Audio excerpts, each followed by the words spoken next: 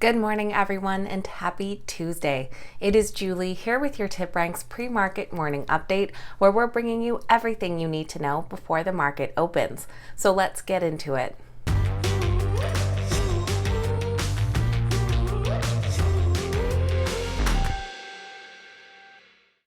All right, guys, welcome back, and thank you so much for being here. This morning, we're mostly going to be looking at notable earnings reports, as we've recently had some big retail names reporting. And of course, we'll look at this morning's biggest gainers and losers. Just before we get into all of that, this is your friendly reminder that if you enjoy today's video, make sure you hit that thumbs up button and that you're subscribed to the channel as well. All right, to start off, let's quickly take a look at the US stock futures.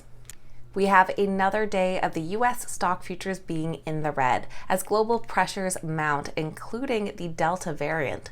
We currently have the Dow futures down 0.6%, S&P 500 futures down 0.47%, and NASDAQ futures down 0.37%. Now, jumping right over to those notable earnings reports. Starting off with retail giant Walmart, who reported better than expected Q2 results just this morning. Walmart gained ground in its grocery business and had a strong start in back-to-school sales.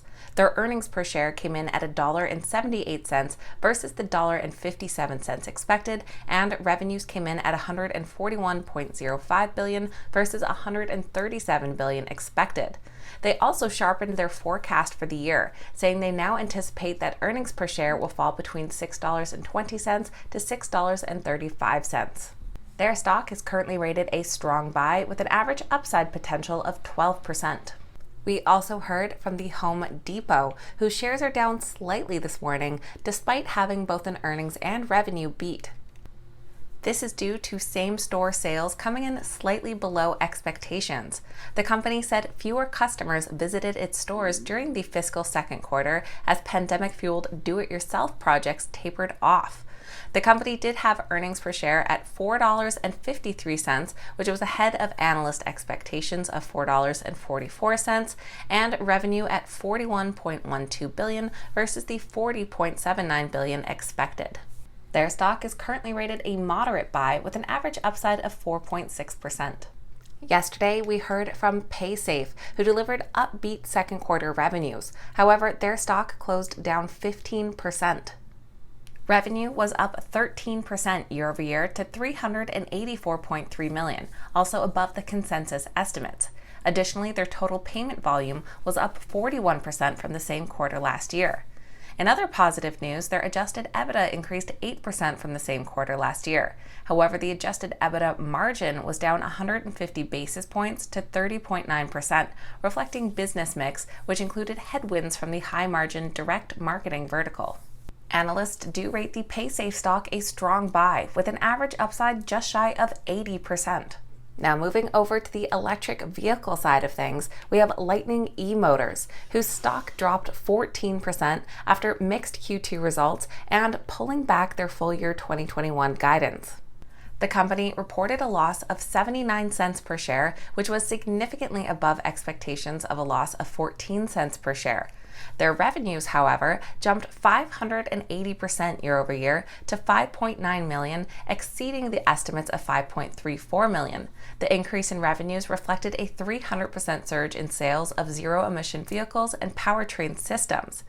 But based on unforeseen chassis production disruption and COVID-induced delays, the company does not expect to meet its previously provided full-year targets.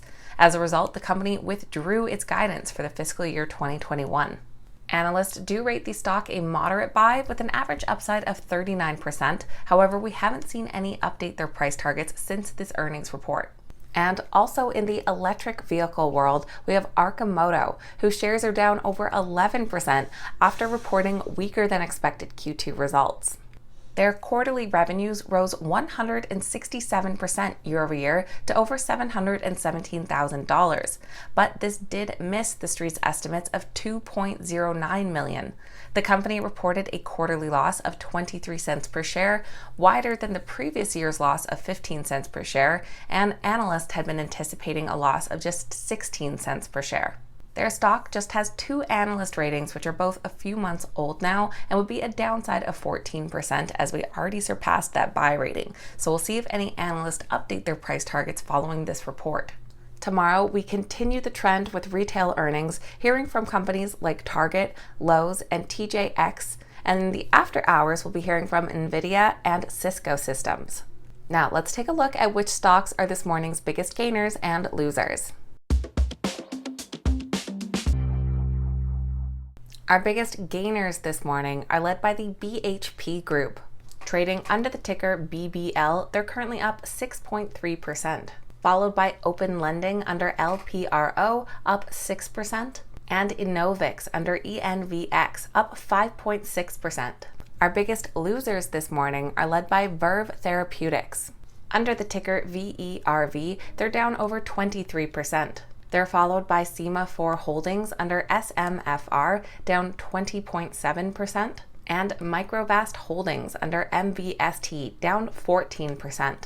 So that'll be everything for Tuesday's pre-market morning update, getting you up to speed with what you need to know before that opening bell.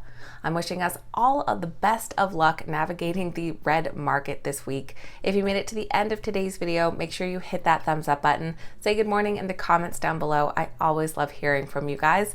And don't forget to stop in Friday at 12:30 Eastern Standard Time for Richard Allen and I's live stream where we talk about all the happenings in the stock market this week.